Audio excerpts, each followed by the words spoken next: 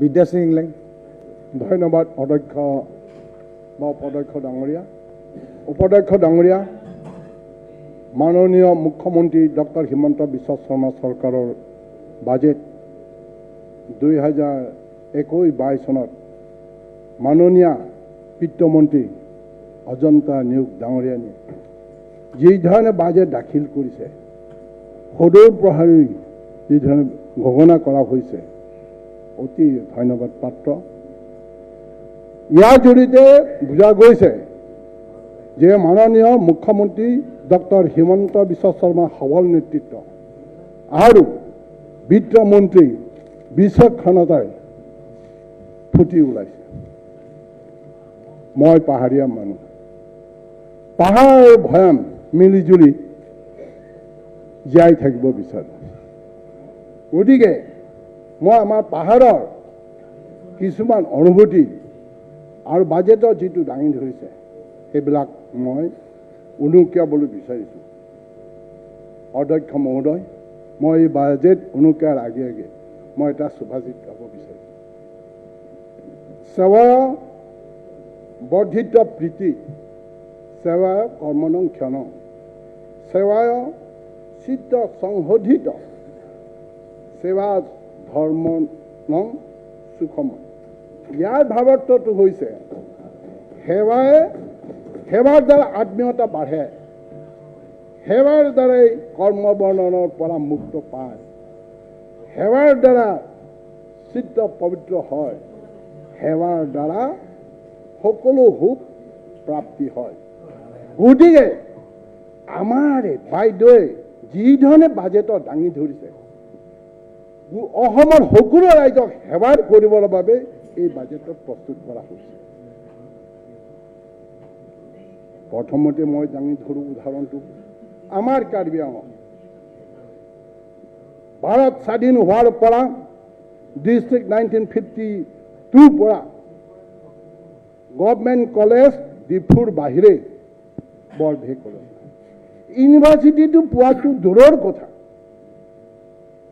কিন্তু বাইদেউ এনেকুৱা ভাবিছে, মুখ্যমন্ত্ৰী এনেকুৱা ভাবিছে, এই পাহাৰত এই বিজেপি চৰকাৰৰ সময়ত ইউনিভাৰ্চিটি আমি ডিক্লেয়াৰ নকৰিলে নহ'বই। আৰু এই ডিক্লেয়াৰ কৰাৰ কাৰণে, প্ৰস্তাৱ লোৱাৰ কাৰণে অশেষ অশেষ ধন্যবাদ। আৰু পাহাৰৰ মানুহবিলাকে তেওঁলোকে কৃতজ্ঞতা জ্ঞাপন কৰিছে। অধ্যক্ষ মহোদয়,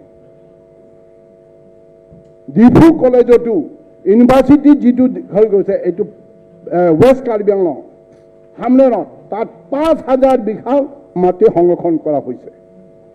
আৰু ডিফু কলেজত চৰকাৰী কলেজ, কটন কলেজ যেনেকৈ বিশ্ববিদ্যালয় ঘোষণা কৰা হৈছে, আশা কৰিছোঁ কাৰ্বি আংলঙত আৰু মই তাৰ বিধায়ক হিচাপেও বিশ্ববিদ্যালয় নিশ্চয় ঘোষণা কৰিব বুলি আশা ৰাখিছোঁ, অনুৰোধ জনাইছোঁ। লাগে অধ্যক্ষ মহোদয়, অকল এডুকেশ্যনৰে নহয়, বৰ্তমান চৰকাৰ, বিত্তমন্ত্ৰী ডাঙৰীয়ানী আৰু মুখ্যমন্ত্ৰী হিমন্ত বিশ্ব শৰ্মাই ভাবিব পাৰিছে যে পাহাৰত যাতায়াতৰ পথ সুচল হোৱা নাই। গতিকে আমাৰ মুখ্যমন্ত্ৰী ডাঙৰীয়াই চিন্তা কৰিছে যে আমি চেষ্টা কৰি দিব লাগিব, পাহাৰতো ৰাস্তা পথ ভাল হ'ব লাগিব। আৰু সেই হিচাপে দবকাৰ পৰা ডিমাপুৰ 4 লাইনযুক্ত ৰাস্তা, অকল আমাৰ ইয়াৰ প্লেন্সতে হৈ দিয়ে, আমাৰ পাহাৰৰ ভিতৰত 4 লাইনযুক্ত দবকাৰ পৰা ডিমাপুৰলৈ কাম কৰি আছে। তাত আমি ধন্যবাদ দিব নালাগিব নেকি? আপোনালোকে দিয়ক, নিদিয়ক, মই হ'লে দিম। অধ্যক্ষ মহোদয়, অকল আমাৰ কাৰ্বি আংলং বুলি নহয়, হামলেনৰ পৰা আমাৰ চেণ্টাৰ বজাৰলৈকে ভায়া ক'ৰ পৰা খুজাই আমাৰ আজমলৰ সিহঁতৰ সমষ্টি নীলবাগান, সেইটো দিও মানে অসম মালা ৰাস্তা হৈ আছে। লংকা পৰা জিৰিকিন্দেং ভায়া খেৰনি, লংকা কি আমাৰ কাৰ্বি আংলং নহয় নহয়। গতিকে এনেকুৱা আমাৰ এই চৰকাৰ জাতিভেদ বাদ দি সকলো জনগোষ্ঠী সকলো ৰাইজক যাতায়াতৰ সুবিধাৰ বাবে এইবিলাক আঁচনি লোৱা হৈছে গতিকে ধন্যবাদ নিদি উপায় নাই আনকি বৈঠালাংশ হামৰেন আপুনি নাজানে বৈঠালাংশ বুলিহে জানে এইটো আমাৰ কি কয় হামৰেন তাকে সেইটো ভাল পাইছেতো ৰাস্তা লোৱাৰ কাৰণে ধন্যবাদ দিয়ক অধ্যক্ষ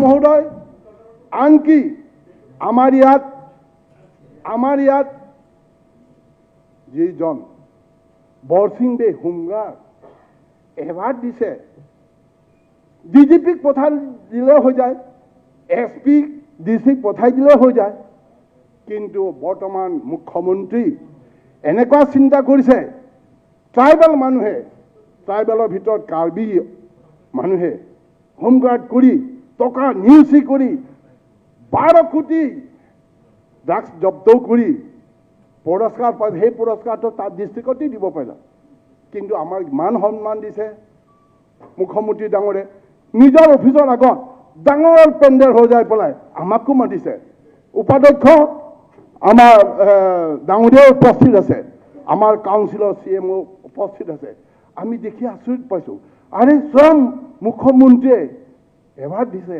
এপইণ্টমেণ্ট লেটাৰ দিছে কোনোদিন কোনো কালে পোৱা নাই তেনেকুৱা সন্মান কাৰ্বি মানুহ তাত আমি কি ধন্যবাদ দিব নালাগিব দিবই লাগিব নিদিলে পাবহে লাগিব যোৱাকালি আমাৰ নয়ন কলিতা আপোনালোকৰ পাত লাগিব বুলি কৈ দিলে আমি সেইবিলাক নকওঁ অধ্যক্ষ মহোদয় তাৰোপৰি আমাৰ কাৰ্বি আংলঙত দিনে ৰাতিয়ে জৰ্জৰিত সমস্যা কি সমস্যা সশস্ত্ৰ সংগঠনে ৰাতিও আমাক ধমকাই দিয়ে ফোন কলো কৰে দাবিও কৰে বহুত কষ্ট আমি এইবিলাক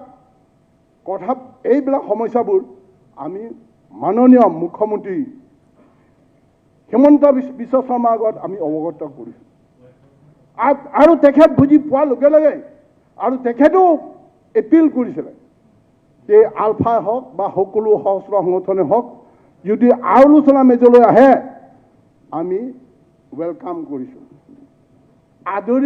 আদৰণি জনাইছোঁ যাৰ ফলত নেকি কাৰ্বি আংলঙৰ বৰ্তমান সশস্ত্ৰ সংগঠন KNLF পি দিল্লীৰ নেতৃত্বত KPLT